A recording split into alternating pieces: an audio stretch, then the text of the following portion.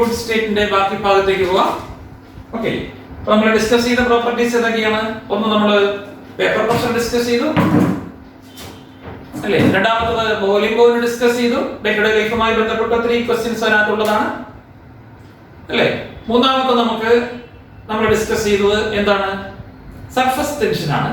അത് ഇഷ്ടം പോലെ രസകരമായ ക്വസ്റ്റ്യൻസ് ഉണ്ടായിരുന്നു. അടുത്തത് വിസ്കോസിറ്റി.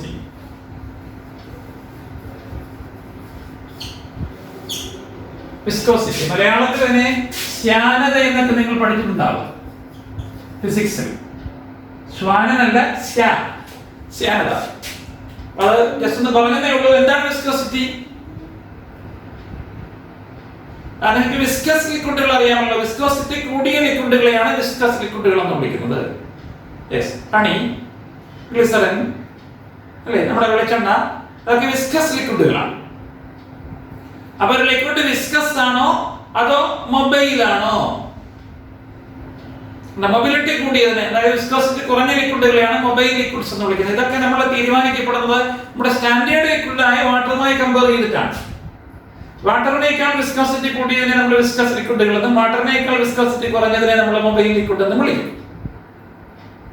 ഇപ്പൊ നേരത്തെ പറഞ്ഞൊക്കെ വാട്ടറിനേക്കാൾ കൊടുത്ത ദ്രാവകങ്ങൾ, അതുകൊണ്ട് നമ്മൾ എന്ത് വിളിച്ചു? വിസ്കസ് ലിക്വിഡുകൾ എന്ന് വിളിച്ചു. ഇപ്പൊ കെറസിൻ, പെട്രോൾ, ഡീസൽ ഇതൊക്കെ വാട്ടറിനേക്കാൾ വിസ്കോസിറ്റി കുറഞ്ഞതാണ്. അതുകൊണ്ട് നമുക്ക് അതിനെ എന്ത് വിളിക്കാം? മൊബൈൽ ലിക്വിഡ്സ് എന്ന് വിളിക്കാം. മനസ്സിലായോ? അപ്പൊ എന്താണ് വിസ്കോസിറ്റി? വിസ്കോസിറ്റി കാരണം എന്താണ്? ഇതൊക്കെയാണ് നമുക്ക് അറിയേണ്ടത്. വിസ്കോസിറ്റിയും ടെമ്പറേച്ചറും തമ്മിലുള്ള ബന്ധം എന്താണ്? അപ്പൊ എന്താണ് വിസ്കോസിറ്റി എന്നറിയണമെങ്കിൽ ലിക്വിഡ്സിന്റെ സ്വഭാവം നിങ്ങൾ ആദ്യം മനസ്സിലാക്കണം. നമ്മൾ ലിക്വിഡ് എടുക്കുമ്പോൾ എങ്ങനെ ഇരിക്കുകയാണ്, പക്ഷെ ആ ലിക്വിഡിനകത്ത് പല ലെയറുകളുണ്ടാകും. പല പല അടുക്കുകളായിട്ടാണ് ഓരോ ലിക്വിഡും ഒഴുകുന്നത്. ഈ ഓരോ ലെയറും മറ്റേ ലെയറിന്റെ ചലനത്തെ എന്ത് ചെയ്തുകൊണ്ടിരിക്കും? സ്വാധീനിച്ചുകൊണ്ടിരിക്കും, അഥവാ എതിർത്തുകൊണ്ടിരിക്കും. അപ്പൊ വിസ്കോസിറ്റി എന്ന് പറഞ്ഞാൽ it is similar to frictional force in solid. Friction അറിയാമല്ലോ, സോളിഡ് പാർട്ടിക്കിൾസിനിടയിൽ വരുന്ന ഒപ്പോസിംഗ് ഫോഴ്സിനെ വിളിക്കുന്ന പേരാണെന്ത്? Frictional force. അതുപോലെ ലിക്വിഡ് ലെയറുകൾക്കിടയിൽ അനുഭവപ്പെടുന്ന ഫ്രിക്ഷണൽ ഫോഴ്സിനെ വിളിക്കുന്ന പേരാണ് viscosity. Viscosity is similar to frictional force in solids. It is an opposing force acting between different liquid layers. ലിക്വിഡിന്റെ വിവിധ പാളികൾക്കിടയ്ക്ക് അനുഭവപ്പെടുന്ന ഒപ്പോസിംഗ് ഫോഴ്സ്, എതിർക്കൽ ബലത്തെ വിളിക്കുന്ന പേരാണ് വിസ്കസ് ഫോഴ്സ്. അത് ഖരവസ്തുക്കളിൽ അനുഭവപ്പെടുന്ന ഫ്രിക്ഷണൽ ഫോഴ്സിന് സിമിലർ ആണ്. ഖരവസ്തുക്കൾക്കിടയിലുള്ള, സോളിഡ് സ്റ്റേറ്റുകൾക്കിടയിലുള്ള ആ ഒപ്പോസിംഗ് ഫോഴ്സിനെയാണ് നമ്മൾ ഫ്രിക്ഷണൽ ഫോഴ്സ് എന്ന് വിളിക്കുന്നത്. പക്ഷെ നിങ്ങൾ പഠിച്ചിട്ടുണ്ട് എയറിന്റെ ഫ്രിക്ഷൻ ഉണ്ട്, അവിടെ ഒപ്പോസിംഗ് ഫോഴ്സ് ഉണ്ട്. ഇപ്പൊ ഉൽക്കകൾ എന്ന് കേട്ടിട്ടുള്ള മെറ്റിയോഴ്സ് ഒക്കെ എപ്പോഴും ചെറിഞ്ഞോട്ട് വന്നുകൊണ്ടിരിക്കുകയാണ്. അതുകൊണ്ട് നമ്മുടെ തലയിൽ കൊണ്ട് തല പൊട്ടിപ്പൊളിഞ്ഞ് പോകാതിരിക്കുന്നതിന് കാരണം എന്താണ്? എയർ എക്സെപ്റ്റ് ചെയ്യുന്ന ഫ്രിക്ഷണൽ ഫോഴ്സ് ആണ്. അതിന്റെ ഫലമായിട്ട് അറ്റ്മോസ്ഫിയറിൽ വെച്ച് തന്നെ ബേൺ ചെയ്ത് പോകുന്നുണ്ട്. ഇനി വരുന്നത് ഭയങ്കര ഭീമാകാരമായ കല്ലുകളൊക്കെ ആണെങ്കിൽ ഒന്ന് വീഴാനുള്ള സാധ്യതകളുണ്ട്. അതൊക്കെ ചിലപ്പോൾ നമ്മൾ ജേർണൽസിലൊക്കെ, സയൻസ് ജേർണൽസിലൊക്കെ കാണാറില്ലേ? അങ്ങനെയൊക്കെ വരുന്നുണ്ട്. അങ്ങനെ വന്ന് ഭൂമിയിൽ വീഴാൻ സാധ്യതയുണ്ടെന്ന് വാന നിരീക്ഷകരാരെങ്കിലും കണ്ടെത്തി കഴിഞ്ഞാൽ റോക്കറ്റ് കൊണ്ടുചെന്ന് ഇതിനെ ഇടിച്ചിടിച്ച് കൊണ്ടുചെന്ന് പല കടലിലും കൊണ്ടുചെന്നുള്ള ഇട്ടുള്ളൂ, ഭൂമിക്ക് ആഘാതം വലുതായിട്ട് ഉണ്ടാകാതിരിക്കാൻ വേണ്ടിയിട്ട്. ഉണ്ടോ? അപ്പൊ അങ്ങനെയൊക്കെ ഇടയ്ക്ക് സംഭവിക്കാറുണ്ട്. അപ്പൊ അവിടെ നമ്മൾ ഫ്രിക്ഷൻ എന്ന് വിളിച്ചു. ലിക്വിഡിനിടയിൽ നമുക്ക് ഫ്രിക്ഷൻ എന്ന് വിളിക്കാം. ആ ഫ്രിക്ഷൻ എന്ന് വിളിക്കുന്നതിന്റെ പകരം നമ്മൾ ഉപയോഗിക്കുന്ന ടെർമിനോളജിയാണെന്ത്? വിസ്കോസിറ്റി. അപ്പൊ ലിക്വിഡ് ലെയറുകൾക്കിടയ്ക്ക് അനുഭവപ്പെടുന്ന ഒപ്പോസിംഗ് ഫോഴ്സിനെ വിളിക്കുന്ന പേരാണ് എന്ത്? അവരുടെ ചലനത്തെ എതിർക്കുന്ന ഫോഴ്സിനെ. ആപേക്ഷിക ചലനത്തെ അവർ അങ്ങോട്ടും ഇങ്ങോട്ടും ചെയ്തുകൊണ്ടിരിക്കും, എതിർത്തുകൊണ്ടിരിക്കും. അത്തരം ഫോഴ്സിനെ വിളിക്കുന്ന പേരാണ് വിസ്കസ് ഫോഴ്സ്. നിങ്ങൾക്കറിയാം, ഫ്രിക്ഷൻ കൊണ്ട് നമുക്ക് ഒരുപാട് ഗുണങ്ങളുണ്ട്, അതുപോലെ തന്നെ ഒരുപാട് ദോഷങ്ങളുണ്ട്. ഫ്രിക്ഷൻ ഇല്ലായിരുന്നു എങ്കിൽ നമ്മളെല്ലാവരും ഒഴുകി നടന്നേനെ. നമുക്ക് സ്ഥലത്തിരിക്കാൻ പറ്റില്ല, നടക്കാൻ പറ്റില്ല. നടക്കുമ്പോൾ നമുക്ക് ഫ്രിക്ഷൻ ഉള്ളത് കൊണ്ടാണ് നടന്ന് നമുക്ക് പോകാൻ പറ്റുന്നത്. അല്ലെങ്കിൽ നമ്മളെല്ലാം ഒഴുകി അങ്ങ് പോയേ. ചില സ്ഥലങ്ങളിലൊക്കെ തെറ്റിയടിച്ചങ്ങ് പോകില്ലേ? കാരണം എന്താ? ഈ ഫ്രിക്ഷൻ ശരിക്കും നമ്മൾ നടന്നു പോകുന്ന വഴി കുറച്ച് എണ്ണ ഒഴിച്ചു വെച്ചിരുന്നുള്ള ഗുണം എന്താ? ഈ ഫ്രിക്ഷൻ ഇല്ലാതാകും, ഫ്രിക്ഷൻ റെഡ്യൂസ് ചെയ്യപ്പെടും. അപ്പൊ നമ്മൾ തെറ്റിയടിച്ചങ്ങ് പോകും. അല്ലെ? ഞാൻ നേരത്തെ പറഞ്ഞ മെറ്റീരിയൽസിന്റെ ഈ പതനം, ഉൽക്കാപതനത്തിൽ നിന്ന് നമ്മുടെ ഭൂമിയെ സംരക്ഷിക്കുന്നത് എയർ കൊടുക്കുന്ന ഫ്രിക്ഷണൽ ഫോഴ്സിന്റെ ഫലമായിട്ടാണ്. നമുക്ക് പിടിച്ചു നിൽക്കാൻ പറ്റുന്ന ഫ്രിക്ഷണൽ ഫോഴ്സ് ഉള്ളത് കൊണ്ടാണ്. ഒരുപാട് ഗുണമുണ്ട്. ദോഷം എന്താ? ഈ ഫ്രിക്ഷൻ ഉള്ളത് കൊണ്ടാണ് നമ്മുടെ പല്ല് പോലും തേഞ്ഞു പോകുന്നത് കാലക്രമേണ. അത്രയും ഭയങ്കര ഡെൻസിറ്റി ഉള്ള ഏറ്റവും ഹാർഡസ്റ്റ് ആയിട്ടുള്ള ഇനാമൽ നമ്മുടെ പല്ലിന്റെ മണ്ടയിൽ ഉള്ളത് കൊണ്ടാണ് ഒരു പരുവത്തിൽ നമ്മൾ പിടിച്ചു നിൽക്കുന്നത്. ഹാർഡസ്റ്റ് സബ്സ്റ്റൻസ് ആണത് ഇനാമല്. കണ്ടോ ചിലരുടെയൊക്കെ പല്ല്. അപ്പൊ ഇനാമലിന്റെ കട്ടി കൂടുതലും നിങ്ങളുടെ ബ്രഷിന് കട്ടി കുറവും ആയതുകൊണ്ടാണ് ബ്രഷ് തേഞ്ഞു പോകുന്നത്. ബ്രഷിന്റെ ഒരു ഡിസഡ്വാൻറ്റേജ് നമ്മുടെ ബ്രഷ് തേഞ്ഞു പോയത് അല്ലെ? മെഷീനറീസ് ഒക്കെ തേഞ്ഞു പോകുന്നു, ബ്രഷിന്റെ ഡിസഡ്വാൻറ്റേജ് ആണ്. നമ്മുടെ ചെരുപ്പ് തേഞ്ഞു പോകുന്നു, ബ്രഷിന്റെ ഡിസഡ്വാൻറ്റേജ് ആണ്. അങ്ങനെ വിയർ ആൻഡ് ടയർ, തേയ്മാനം എവിടെയൊക്കെ സംഭവിക്കുന്നു അതൊക്കെ കാരണക്കാരൻ ആരാണ്? ഫ്രിക്ഷനാണ്.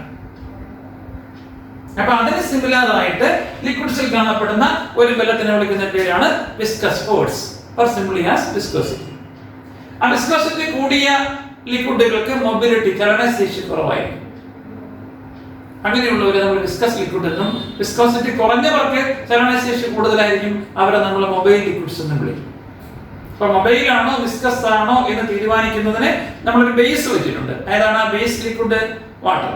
അപ്പൊ വാട്ടറിന്റെ, സാധാരണ വാട്ടറിന്റെ വിസ്കോസിറ്റിയുമായി കമ്പയർ ചെയ്തിട്ടാണ് മറ്റുള്ള ലിക്വിഡുകൾ വിസ്കസ് ആണോ മൊബൈൽ ആണോ നമ്മൾ തീരുമാനിക്കും. അപ്പൊ വിസ്കസ് ലിക്വിഡും മൊബൈൽ ലിക്വിഡും മനസ്സിലായല്ലോ. ഇനി അടുത്തത് എന്താണ് വിസ്കോസിറ്റിക്ക് കാരണം? വിസ്കോസിറ്റി കാരണം എന്താണ്? ലിക്വിഡ് മോളിക്യൂൾസിന് ഇടയിൽ വരുന്ന strong intermolecular force of attraction. ആ ഫോഴ്സ് ഓഫ് അട്രാക്ഷൻ കൂടുതലാണെങ്കിൽ മോളിക്യൂൾസ് വളരെ അടുത്തിരിക്കും തോറും അത് കൊഴുത്തു വരും തോറും വിസ്കോസിറ്റി എന്തായിരിക്കും? കൂടി വരും. അപ്പൊ strong intermolecular force of attraction between liquids is responsible for the viscosity of liquids. ഞാൻ നേരത്തെ പറഞ്ഞല്ലോ, ലിക്വിഡുകൾ ഒഴുകുന്നത് അല്ലെങ്കിൽ ഇരിക്കുന്നത് പല ലെയറുകളായിട്ടാണ്. The liquid layer in contact with a fixed surface will be stationary. എന്താ പറഞ്ഞത്? നിങ്ങൾ അല്പം വെള്ളം എടുത്ത് മേശപ്പുറത്ത് തേച്ച് നോക്കൂ. ലിക്വിഡിന്റെ ഒരു ലെയറായി, പക്ഷെ വെള്ളം ഒഴുകുമോ? ഇല്ല. ലിക്വിഡ് ഒഴിച്ചു നോക്കൂ, ഒഴുകാനായിട്ടൊക്കെ അത് ഒരുങ്ങുന്നതാണ്, ഒടുപ്പം പാൻറ് വിടുന്നതാണ്. കുറെ കൂടെ ഒഴിച്ചു നോക്കൂ, അങ്ങ് ഒഴുകി. എന്താ അർത്ഥം? എല്ലാ ലിക്വിഡ് ലെയറുകൾക്കും ഒഴുകാനുള്ള ശേഷി ഇല്ല. സ്കൂളിലൊക്കെ ചിലപ്പോൾ ക്ലാസ്സൊക്കെ മുങ്ങി അല്ലേ, അല്ലാതെ കൂട്ടുകാരുടെ കൂടിയൊക്കെ ചിലപ്പം ആറ്റിന്റെ പ്രദേശത്ത്, ആറൊക്കെ ഉള്ള സ്ഥലങ്ങളിലൊക്കെ ചെല്ലും. എല്ലാ വർഷവും നിരവധി അപകടങ്ങൾ അത്തരത്തിലുണ്ടാകാറുണ്ട്. നിങ്ങൾ സൂക്ഷിക്കണം. നിങ്ങൾ അവിടെ ചെന്ന് ആറിലൊക്കെ നോക്കുമ്പോൾ ആദ്യമൊന്നും പോകില്ല, മഴക്കാലത്തൊന്നും പോകില്ല, അതൊക്കെ കഴിഞ്ഞിട്ടൊക്കെ ആയിരിക്കും ചിലപ്പോൾ നിങ്ങൾ പോകുന്നു. അവിടെ ചെന്ന് നോക്കുമ്പോൾ ആറിങ്ങനെ ശാന്തമായി കിടക്കുന്ന പോലെ തോന്നുന്നു. ഒഴുക്കൊന്നും നമുക്ക് ഫീൽ ചെയ്യില്ല. അപ്പൊ ഒഴുക്കില്ല എന്ന് നമുക്ക് തോന്നും. നമ്മളെടുത്ത് ചാടി കുളിക്കാനൊക്കെ ചാടും, അങ്ങനെയാണ് അപകടങ്ങളിൽ പെടുന്നത്. അപ്പോ ആ പരിസരവാസികൾ നിങ്ങളോട് പറയും, സൂക്ഷിക്കണം, അവിടെ അടിയൊഴുക്കുള്ള സ്ഥലമാണ്. എന്താണ് ഈ അടിയൊഴുക്ക്? അതാണ് ലാമിനാർ ഫ്ലോ. അതാണ് നമ്മളിപ്പോ ഡിസ്കസ് ചെയ്യാൻ പോണത്. എന്താ മണ്ടയിൽ ഒഴുക്കില്ല, കാരണം മുകളിലത്തെ ലിക്വിഡ് ലെയർ അറ്റ്മോസ്ഫിയറിക് എയറുമായി ഇങ്ങനെ കോണ്ടാക്റ്റിലാണ്. ഒഴുക്കില്ല. ഒഴുകാതെ ഇടയ്ക്ക് ശാന്തമായിട്ട് കിടക്കും. അടുത്ത ലെയറിന് ഇച്ചിരി ഒഴുക്കുണ്ടാകും, അതിനടുത്ത ലെയറിന് വീണ്ടും ഒഴുക്ക് കൂടും. ഇങ്ങനെ താഴോട്ട് പോകുമ്പോൾ അതിന്റെ മധ്യഭാഗത്തെത്തുമ്പോൾ നല്ല ഒഴുക്കായിരിക്കും. ഏറ്റവും അടിയിലല്ല ഈ അടിയൊഴുക്ക് എന്ന് പറയുന്നത്, മിഡിൽ ഭാഗത്താണ്. ഇനി ഏറ്റവും അടിവശം ഒന്ന് പരിശോധിച്ച് നമ്മൾ നേരത്തെ മേശപ്പുറത്ത് വെള്ളം ഒഴിച്ചതുപോലെ ഏറ്റവും അടിയിൽ മണ്ണല്ലേ, മണ്ണിനോട് ചേർന്ന് കിടക്കുന്ന ആ ലെയർ ഒഴുകില്ല, മണ്ണിൽ പറ്റിയിരിക്കുകയാണ്. വേനലാകുമ്പോൾ ശ്രദ്ധിച്ചാൽ മതി, മണ്ണിൽ നനവ് കാണാതെ ഒഴുകില്ല. പിന്നെ അടുത്ത ലെയർ വന്നു, അല്പം ഒഴുകി തുടങ്ങും. അടുത്ത ലെയർ മുകളിലോട്ട് വരും തോറും ഇതിന്റെ വെലോസിറ്റി എന്ത് ചെയ്തോണ്ടിരിക്കും? ഇങ്ങനെ വന്നോണ്ടിരിക്കും. മൊത്തം മധ്യഭാഗത്ത് വരുമ്പോൾ നല്ല ഫ്ലോ ആയിരിക്കും, ഒഴുകിക്കൊണ്ടങ്ങ് പോകും. അപ്പൊ നല്ല ഡെപ്തുള്ള സ്ഥലമായിരിക്കും ആ സ്ഥലം. അവിടെ ആറുള്ള വെള്ളത്തിന് നല്ല ഒഴുക്കായിരിക്കും. പക്ഷെ നമ്മൾ നോക്കുമ്പോൾ ശാന്തമായിട്ട് ഇങ്ങനെ കിടക്കുകയാണ്, ഇതിനെടുത്ത് ചാടിക്കൊടുക്കും. കണ്ടോ? ഇടം കിട്ടുന്ന വേറെ എവിടെയെങ്കിലും ഒക്കെ ആയിരിക്കും, കാരണം ഈ അടിയൊഴുക്ക് വഴി ഈ സാധനം ഒഴുകിപ്പോയതാണ്. ഇതാണ് ലാമിനാർ ഫ്ലോ എന്ന് വേണമെങ്കിൽ നമുക്ക് പറയാം. നിങ്ങൾക്ക് മനസ്സിലാകാൻ. അപ്പൊ ഞാൻ പറഞ്ഞുകൊണ്ടുവന്ന കാര്യം മനസ്സിലായോ? ഒരു ഫിക്സഡ് സർഫസിനോട് ചേർന്ന് കിടക്കുന്ന ലിക്വിഡ് ഒരിക്കലും ഒഴുകില്ല. ആദ്യത്തെ ലെയർ ഒരുപാട് ഉണ്ടെങ്കിൽ അത് ഒഴുക്കുണ്ടാകും. അടുത്ത ലെയറിന് കുറച്ചുകൂടെ വെലോസിറ്റി ഉണ്ടാകും. ഇങ്ങനെ ഗ്രാജുവലി വെലോസിറ്റി ഇങ്ങനെ കൂടിക്കൂടി വരും. ഇതിനെ വിളിക്കുന്ന പേരാണ് ലാമിനാർ ഫ്ലോ. അപ്പൊ ലാമിനാർ ഫ്ലോ എന്ന് പറഞ്ഞാൽ എന്താണ്? ഒരു ഫിക്സഡ് ലെയറുമായിട്ട് അല്ലെങ്കിൽ ഒരു സ്റ്റേഷനറി സർഫസുമായി കോണ്ടാക്ട് ഇരിക്കുന്ന ലിക്വിഡ് ലെയറിന് ഒട്ടും തന്നെ വെലോസിറ്റി ഉണ്ടായിരിക്കില്ല. എന്നാൽ ഈ ലെയറുകളുടെ വെലോസിറ്റി ഇൻക്രീസ് ചെയ്തുകൊണ്ടേയിരിക്കും as the distance from the stationary layer increases. ആ സ്റ്റേഷനറി ലെയറിൽ നിന്നുള്ള ഡിസ്റ്റൻസ് കൂടി വരുന്നതിനനുസരിച്ച് ഇങ്ങനെയുള്ള regular gradation velocity of the liquid layer as the distance from the stationary layer increases is called laminar flow. അതിനെ വിളിക്കുന്ന പേരാണ് ലാമിനാർ ഫ്ലോ. മനസ്സിലായോ? പിടികിട്ടിയ? ഇനി അടുത്തത് എന്താണ് വിസ്കസ് ഫോഴ്സ്? ഒരു ഫോഴ്സ് എന്ന് പറഞ്ഞല്ലോ, the ratio between difference in velocity of two adjacent liquid layers is denoted as du. മനസ്സിലായോ? ഡിഫറൻസ് ബിറ്റ്വീൻ, ആ ഡിഫറൻസ് ചെറിയ ഡിഫറൻസ് ആയതുകൊണ്ടാണ് നമ്മൾ ചെറിയ ലെറ്റർ ഡി കൊടുത്തത്. വലിയ ഡിഫറൻസ് ആണെങ്കിൽ ഡെൽറ്റ ചിഹ്നം കൊടുത്തേനെ. U velocity. അപ്പൊ ലിക്വിഡ് പല ലെയറുകളായിട്ട് അടുക്കുകളായിട്ടാണ് ഒഴുകുന്നതെന്ന് പറഞ്ഞല്ലോ. ഈ അടുത്തടുത്ത് വരുന്ന രണ്ട് അടുക്കുകൾക്കിടയിലുള്ള ഡിസ്റ്റൻസ് ഡി സെഡം അല്ല, രണ്ട് ലെയറുകൾക്കിടയിലുള്ള ഡിസ്റ്റൻസ് ഡി സെഡ് വളരെ മില്ലി മൈക്രോ ഒക്കെ ആയിരിക്കും. മൈക്രോയോ അല്ലെങ്കിൽ നാനോ ഒക്കെ സെന്റിമീറ്റർ ഒക്കെ ആയിരിക്കും ആ ഡിസ്റ്റൻസ് എന്ന് പറയുന്നത്. അപ്പോൾ ഡിസ്റ്റൻസ് ഓഫ് സെപ്പറേഷൻ ഡി സെഡം ഈ രണ്ട് ലെയറുകൾക്കിടയിലുള്ള വെലോസിറ്റിയിൽ നിന്നുള്ള വ്യത്യാസം ഡി യുമാണെങ്കിൽ ഈ ഡി യു ബൈ ഡി സെഡിനെ വിളിക്കുന്ന പേരാണ് വെലോസിറ്റി ഗ്രേഡിയന്റ്. ഇത് വിളിക്കും വെലോസിറ്റി ഗ്രേഡിയന്റ്. വെലോസിറ്റി ഗ്രേഡിയന്റ് എന്ന് പറഞ്ഞാൽ എന്താണ്? The ratio between du and dz is called the velocity gradient. What is du? The difference in velocity between two adjacent liquid layers is called du, and the distance of separation between two adjacent liquid layers is called dz. The ratio between du and dz is called velocity gradient. ഇതിനാണ് പഠിപ്പിച്ചത്. ഇപ്പൊ മനസ്സിലാവും. ആ viscosity എന്ന് പറയുന്ന force ആണെന്ന് പറഞ്ഞല്ലോ. Viscous force F പണ്ട് നിങ്ങൾ ഫിസിക്സിൽ പഠിച്ചിട്ടുണ്ട്. Force is proportional to area. Similarly viscous force is proportional to velocity gradient du by dz. Viscous force സാധാരണ ഫോഴ്സുകളെ പോലെ ഏരിയയ്ക്ക് പ്രൊപോർഷണൽ ആയിരിക്കും ലിക്വിഡിന്റെ. അതുപോലെ വിസ്കസ് ഫോഴ്സ് എന്ന് പറയുന്നത് വെലോസിറ്റി ഗ്രേഡിയന്റിന് പ്രൊപോർഷണൽ ആയിരിക്കും, du by dz ന് പ്രൊപോർഷണൽ ആയിരിക്കും. നമുക്ക് ഇക്വേഷൻ 1 2 കൂടെ കൂട്ടാം. That is F proportional to A into du by dz. F proportional to A, F proportional to du by dz. That is F equals eta into A into du by dz. ഒരു constant കൊടുത്തു. This constant eta is called the coefficient of viscosity. അത് പഠിക്കാനാണ് നമ്മൾ equation എടുത്തത്. So what is coefficient of viscosity? നോക്കൂ, A ഒരു metre square ഒരു unit ആണ്.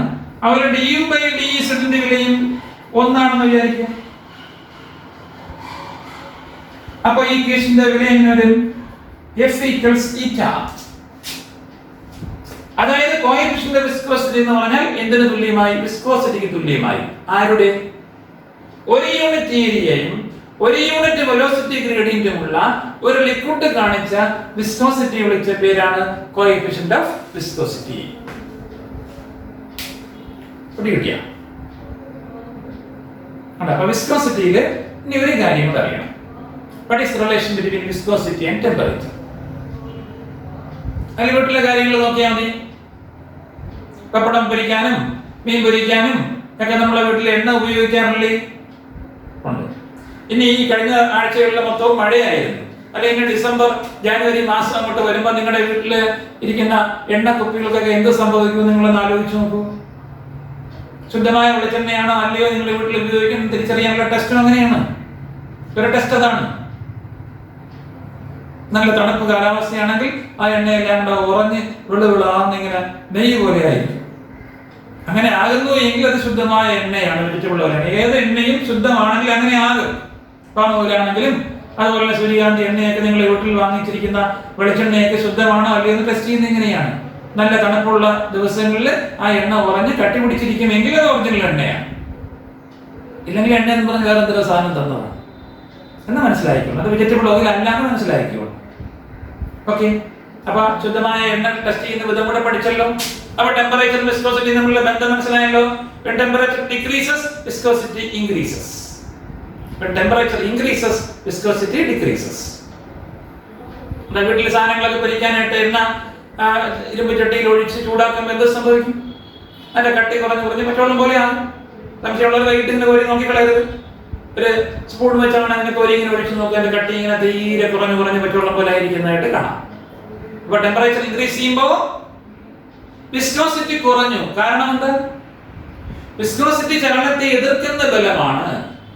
ടെമ്പറേച്ചർ ഇൻക്രീസ് ചെയ്തപ്പോ ആ ലിക്വിഡ് മോളിക്യൂൾസിന്റെ കൈനറ്റിക് എനർജി കൂടി. കൈനറ്റിക് എനർജി കൂടുക എന്ന് വെച്ചാൽ അതിന്റെ ചലനശേഷി കൂടി. ചലനശേഷി കൂടിയാന്ന് വെച്ചാൽ മൊബിലിറ്റി കൂടി. മൊബിലിറ്റി കൂടിയപ്പോൾ അതിന്റെ വിസ്കോസിറ്റി എന്ത് ചെയ്തു? കുറഞ്ഞു. ഇത്രയും കാര്യങ്ങൾ വിസ്കോസിറ്റിയിൽ അറിഞ്ഞിരിക്കുക. അപ്പൊ എന്തൊക്കെയാണ് അറിഞ്ഞിരിക്കേണ്ടത്? എന്താണ് വിസ്കോസിറ്റി?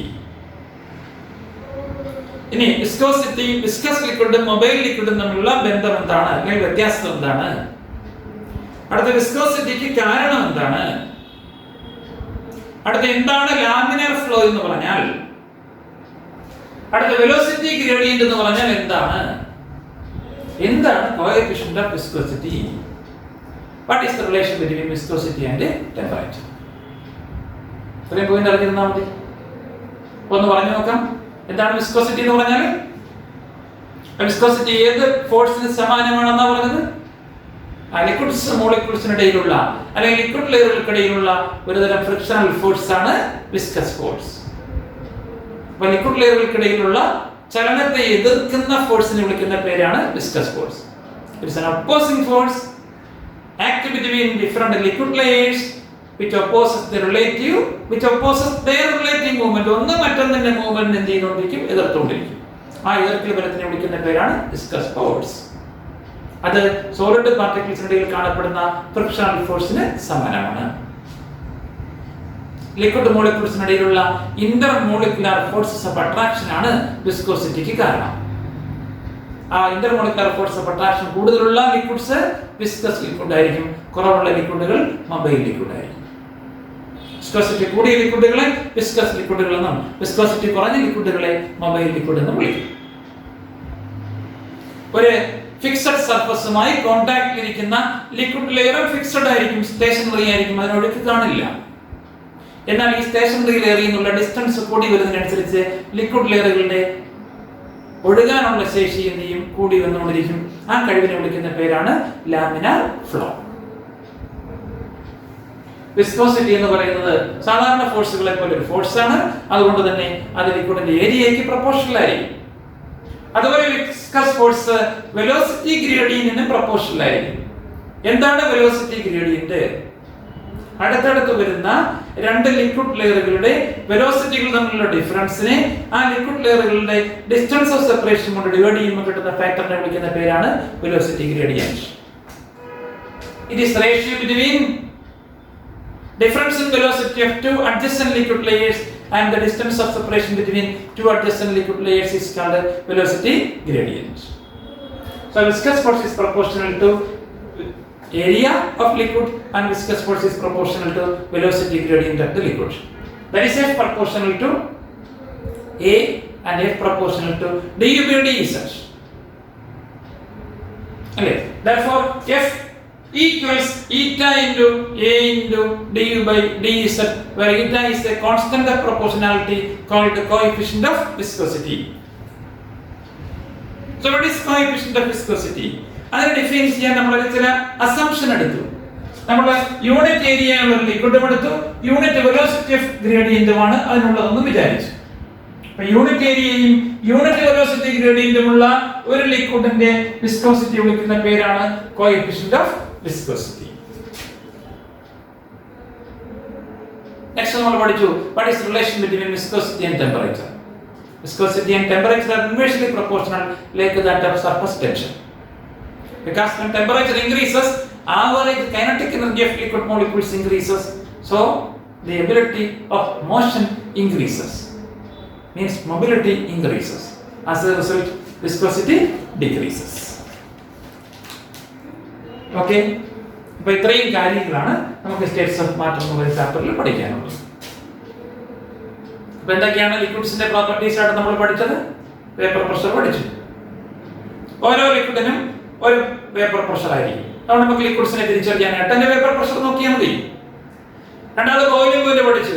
ഓരോ ലിക്വിഡിന്റെയും ബോയിലിംഗ് പോയിന്റ് വ്യത്യസ്തമായിരിക്കും. അതുകൊണ്ട് ലിക്വിഡിന്റെ ഐഡന്റിറ്റിയാണ്, ഒരു പർട്ടിക്കുലർ പ്രോപ്പർട്ടി, ഒരു ഫീച്ചറാണ് അതിന്റെ ബോയിലിംഗ് പോയിന്റ്. അതുപോലെ സർഫസ് ടെൻഷൻ പഠിച്ചു. ഓരോ ലിക്വിഡിനും വ്യത്യസ്ത സർഫസ് ടെൻഷൻ ആണ്. അതുകൊണ്ട് ലിക്വിഡുകളുടെ ഐഡന്റിറ്റിയാണ് സർഫസ് ടെൻഷൻ. വിസ്കോസിറ്റി, എല്ലാ ലിക്വിഡുകൾക്കും വിസ്കോസിറ്റി ഉണ്ട്, പക്ഷേ എല്ലാ ലിക്വിഡുകൾക്കും ഒരേ വിസ്കോസിറ്റി ഇല്ല. അതുകൊണ്ട് നമുക്ക് ഏത് ലിക്വിഡാണ് തിരിച്ചറിയണമെങ്കിൽ അതിന്റെ വിസ്കോസിറ്റി നോക്കി നമുക്ക് തിരിച്ചറിയാൻ പറ്റും. അപ്പോൾ ലിക്വിഡിന്റെ ക്യാരക്ടറിസ്റ്റിക് പ്രോപ്പർട്ടീസ് ആണ് നമ്മൾ ഡിസ്കസ് ചെയ്ത വേപ്പർ പ്രഷർ, ബോയിലിംഗ് പോയിന്റ്, അതുപോലെ തന്നെ സർഫസ് ടെൻഷൻ, അതുപോലെ വിസ്കോസിറ്റി.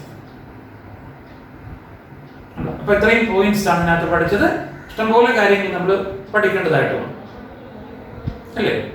ഇനി നമ്മുടെ വീടുകളിലൊക്കെ പലപ്പോഴും കതകുണ്ട്, അതുപോലെ ജനലുണ്ട്.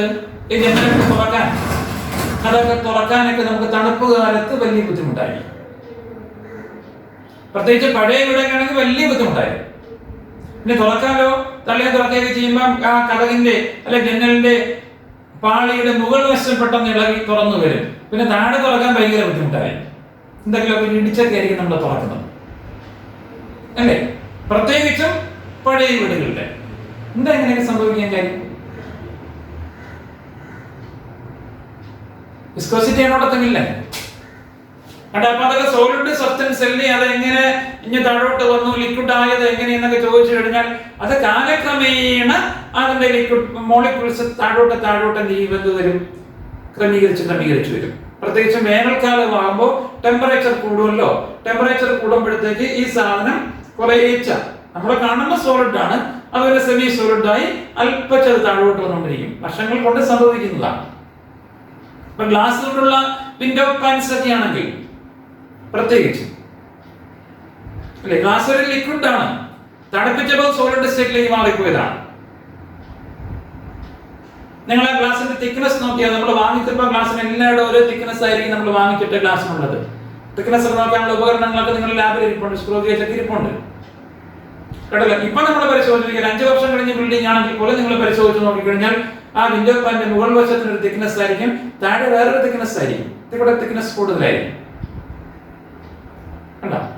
അപ്പോ കാലാവസ്ഥയിൽ വന്ന വ്യതിയാനം കൊണ്ട് ടെമ്പറേച്ചർ കൂടുന്ന സമയത്ത് ഇത് അല്പം മെൽറ്റ് ചെയ്ത് ഈ സാധനം താഴോട്ട് വരും. വർഷങ്ങൾ ഇതിനെ കഴിയും തോറും താഴെ ആ ഗ്ലാസിന്റെ തിക്നെസ് എന്തായാലും കൂടുതലായിട്ട് വരും. അതിന് കാരണം ഇതാണ്. ഇങ്ങനെ ക്വസ്റ്റ്യൻസ് ചോദിച്ചിട്ടുണ്ട്. അപ്പൊ ഇത്തരം ക്വസ്റ്റ്യൻസും കൂടെ നിങ്ങൾ ആലോചിച്ച് ആൻസർ ചെയ്യണം. പിന്നെ നമ്മൾ ആദ്യ ഭാഗത്തേക്ക് ഗ്യാസ് സ്റ്റേറ്റ് പഠിച്ചപ്പോൾ ഇഷ്ടംപോലെ ഇക്വേഷൻസ് നമ്മൾ പഠിച്ചു വെച്ചിരിക്കുകയാണ്. ബോയ്ൽസ് ലാ ഇക്വേഷൻ പഠിച്ചു. V1 is equal to V2 V2. Charles ലാ V1 by T1 is equal to V2 by T2. പിന്നീട് കമ്പൈൻഡ് ഗ്യാസ് ഇക്വേഷൻ പഠിച്ചു. V1 by T1 is equal to V2 by T2. Ideal gas equation പഠിച്ചു. PV is equal to nRT for n moles, PV is equal to RT for 1 moles. അപ്പോൾ ആറിന്റെ values പഠിച്ചു. കുറേ values നമ്മൾ പഠിച്ചു. ഏത് unit തന്നിരുന്നാലും അതിന്റെ വില നമ്മൾ എഴുതാൻ അറിഞ്ഞിരിക്കണമെന്ന് പഠിച്ചു വെച്ചു. ഇനി അഥവാ അങ്ങനെ ചോദിച്ചില്ലെങ്കിലും പ്രോബ്ലം തരുമ്പോൾ പ്രോബ്ലത്തിൽ പിയുടെയും വിയുടെയും ടിയുടെയും ഒക്കെ യൂണിറ്റ് നോക്കിയിട്ടാണ് നമ്മൾ ആറിന്റെ യൂണിറ്റ് തീരുമാനിച്ചിട്ട് അതിന് ആനുപാതികമായ വിലയെടുത്തിട്ട് വേണം പ്രോബ്ലം ചെയ്യാനും നമ്മൾ പഠിച്ചു. പിന്നെ നമ്മൾ റിയൽ ഗ്യാസ് ഇക്വേഷൻ പഠിച്ചു.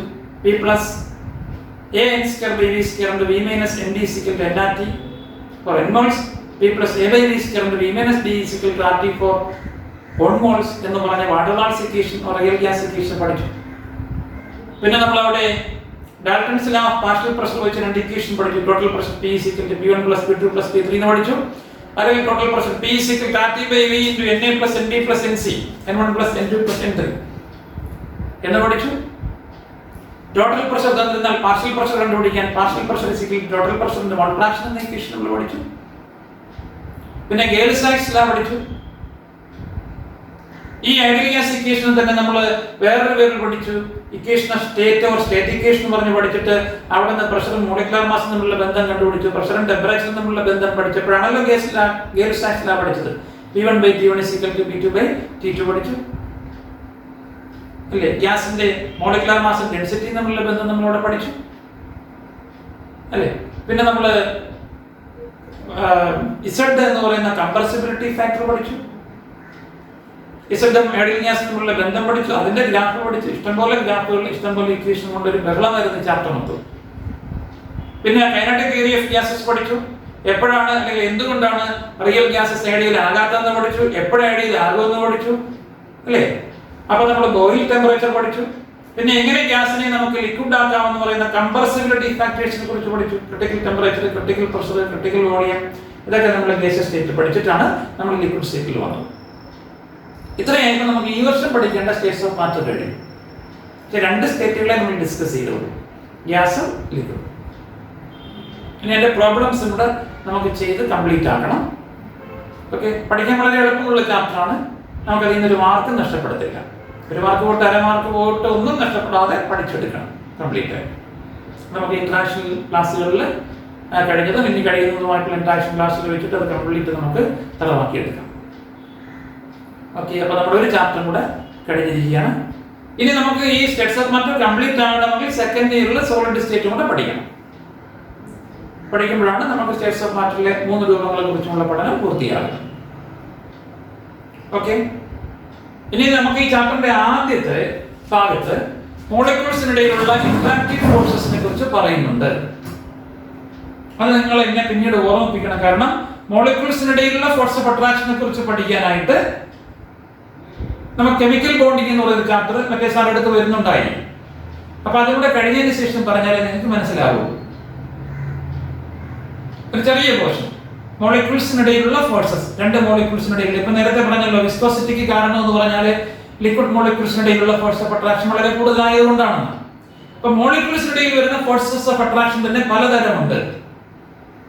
ആ ഫോഴ്സസ് ഓഫ് അട്രാക്ഷനെ കുറിച്ച് പഠിക്കണമെങ്കിൽ നിങ്ങൾ ആദ്യം ആറ്റങ്ങൾക്കിടയ്ക്കുള്ള ഫോഴ്സ് ഓഫ് അട്രാക്ഷൻ, അതാണ് കെമിക്കൽ ബോണ്ട്.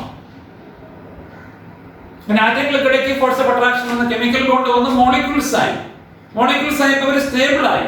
അങ്ങനെയുള്ള മോളിക്യൂൾസിനിടയിലും വീണ്ടും എന്ത് വരും? അട്രാക്റ്റീവ് ഫോഴ്സസ് വരും. അപ്പൊ അത് ഡീറ്റെയിൽഡ് ആയിട്ട് നിങ്ങൾക്ക് മനസ്സിലാകണമെങ്കിൽ എനിക്ക് പറഞ്ഞുതരാൻ 10 മിനിറ്റ് മതി. അത് പഠിച്ചിട്ടാണെങ്കിൽ കെമിക്കൽ ബോണ്ടിങ് നിങ്ങൾക്ക് തറവായതിനു ശേഷമാണെങ്കിൽ, അല്ലെങ്കിൽ നിങ്ങൾക്ക് ഇപ്പോൾ പറഞ്ഞാൽ മനസ്സിലാവില്ല. അതുകൊണ്ട് ഞാൻ പോർഷൻ ഒന്ന് മാറ്റി വെക്കുകയാണ്.